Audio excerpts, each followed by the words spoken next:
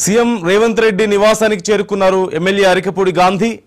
రేవంత్ రెడ్డి నివాసానికి గాంధీ చేరుకోవడంతో కొంత హడావడి మొదలైపోయింది. రేవంత్ సమక్షంలోనే కాంగ్రెస్ లో శేర్లింగంపల్లి ఎమ్మెల్యే చేరబోతున్నారు. అనుచరులతో కలిసి జూబ్లీహిల్స్ బయలుదేరి వచ్చారు అరికపూడి గాంధీ. అరికపూడి గాంధీతో పాటుగా కాంగ్రెస్ లో పలువురు కార్పొరేటర్లు కూడా జాయిన్ అవబోతున్నట్లుగా మనకు సమాచారం అందుతోంది.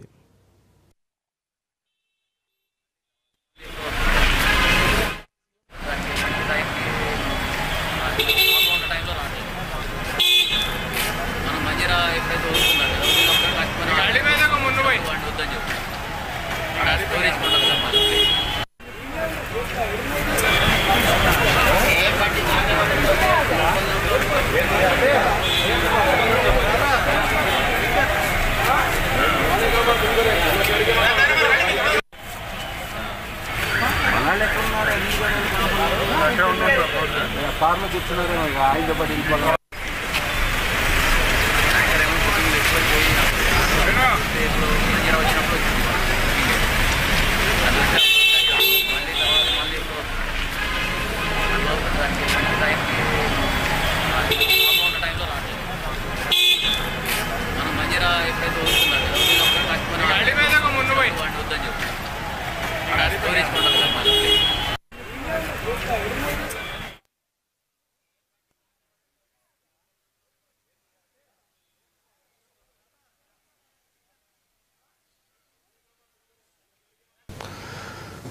ఎమ్మెల్యే అరికపూడి గాంధీ సీఎం రేవంత్ రెడ్డి నివాసానికి చేరుకున్నారు. ఆయనతో పాటుగా పలువురు కార్పొరేటర్లు కూడా కాంగ్రెస్ లో చేరబోతున్నట్లుగా మనకు సమాచారం అందుతుంది. ఇప్పటికే బయలుదేరి రేవంత్ రెడ్డి నివాసం వద్దకు చేరుకున్నట్లుగా మనకు సమాచారం అందుతుంది. పూర్తి సమాచారం మా ప్రతినిధి సందీప్ లైవ్ లో అందిస్తారు.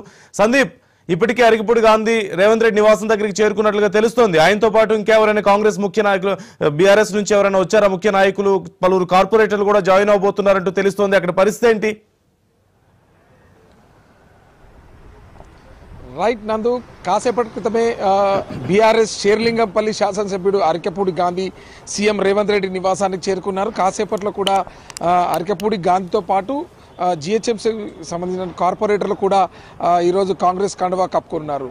నిన్న రాజేంద్రనగర్ ఎమ్మెల్యే ప్రకాష్ గౌడ్, ఈరోజు అరికపూడి గాంధీ, రేపు మరికొంతమంది శాసనసభ్యులు, ఇలా ఓ వారం రోజుల పాటు ఈ ప్రక్రియను కొనసాగించాలని చెప్పేసి కూడా సీఎం రేవంత్ రెడ్డి నిర్ణయించుకున్నారు.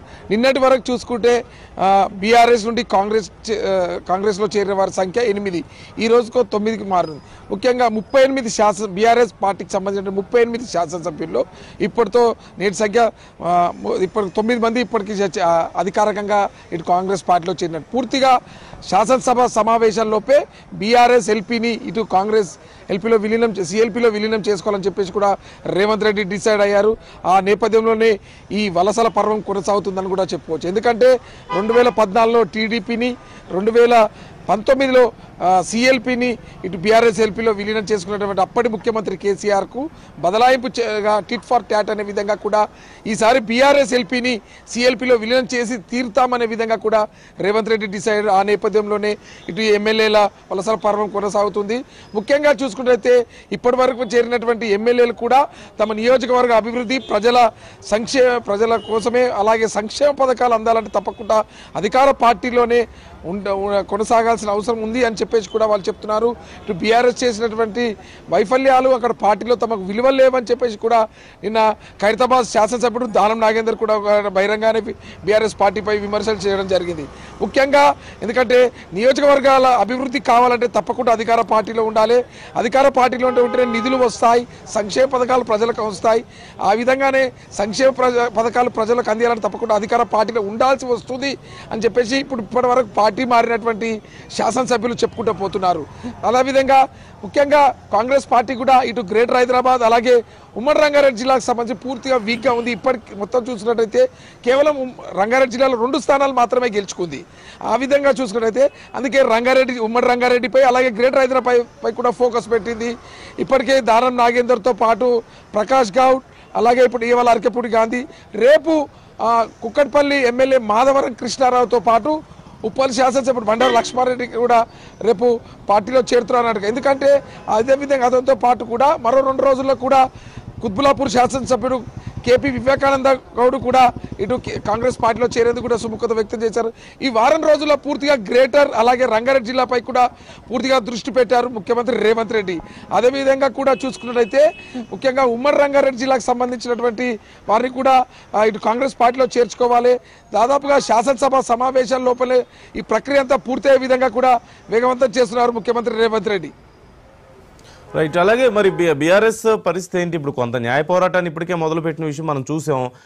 ఈ వలసల్ని ఆపేందుకు పార్టీ పటిష్టానికి మొన్న మధ్య ఒకసారి ఎమ్మెల్యేలందరితో కూర్చొని మీటింగ్ కూడా పెట్టారు కదా కేసీఆర్. పెద్దగా ఫలించినట్టు కనిపించడం లేదు. అసలు ఏం చేస్తున్నారు బీఆర్ఎస్ అగ్రనాయకులు, ఏం చేస్తున్నారు ఈ విషయంలో? నందు ముఖ్యంగా చూసుకున్నట్టయితే ఏదైతే ఫస్ట్ మొదటిసారి ఏదైతే దానం నాగేందర్ ఇటు కాంగ్రెస్ పార్టీలో చేరిన వెంటనే కూడా బీఆర్ఎస్ పార్టీకి సంబంధించినటువంటి నేతలకు సుప్రీంకోర్టును ఆశ్రయించారు. అయితే ఆశ్రయించిన వెంటనే కూడా ఒక్కరు కూడా ఈ పార్టీని వీడితేనే ఉన్నారు. ఆ సంఖ్య పెరుగుతూనే ఉంది తప్ప తగ్గడం లేదు. ఇటు మాజీ ముఖ్యమంత్రి బీఆర్ఎస్ అధినేత కేసీఆర్ కూడా తన ఫామ్ హౌస్ పిలుచుకొని ఇది కాంగ్రెస్ పార్టీ మీద ఇప్పటికే ఆరోపణలు వస్తున్నాయి, కొద్ది రోజులు ఆగండి మంచి రోజులు వస్తాయి, అందులో నుండే ఇందులోకి ఎమ్మెల్యేలు వలసకు వస్తారంటారు. కానీ అధినేత మాటలు వారు విస్మరిస్తారు, పూర్తిగా విస్మరించేస్తారు. తప్పకుండా అక్కడ బీఆర్ఎస్ పార్టీలో తమకు న్యాయం జరగదు. ఎందుకంటే గతంలో కూడా బీఆర్ఎస్ పార్టీలో కూడా ఇదే విధంగా కూడా వలసలు కొనసాగాయి. సేమ్ ఇక్కడ కాంగ్రెస్ పార్టీలోకి వచ్చినా కూడా అదే విధంగా కూడా వలసలు వస్తున్నాయి. ఇదే జరుగుతుంది అని చెప్పేసి ఇటు రెండు రోజుల క్రితం కూడా జిహెచ్ఎంసీకి సంబంధించిన నేతలతో కూడా కేటీఆర్ సమావేశం ఏర్పాటు చేస్తాం. కానీ అప్పుడు ఏర్పాటు చేసినప్పటి నుంచి కూడా ఇది రెండో శాసనసభ్యుడు ఇటు కాంగ్రెస్ పార్టీలో చేరడం అంటే అక్కడ వాళ్ళకు ఆ పార్టీ మీద నమ్మకం లేదనే విధంగా కూడా బీఆర్ఎస్ ఎమ్మెల్యేలు చెప్తున్నారని చెప్పవచ్చు. రైట్. అంటే బీఆర్ఎస్ ఎల్పీ ఏదో విలీనం అని, అసలు వాళ్ళకి అది పోతుందని చెప్పేసి, హక్కు పోతుందని చెప్పి రకరకాల చర్చ కూడా నడుస్తుంది. మరొకసారి దాని గురించి మాట్లాడదాం Sandeep. Thanks for the updates.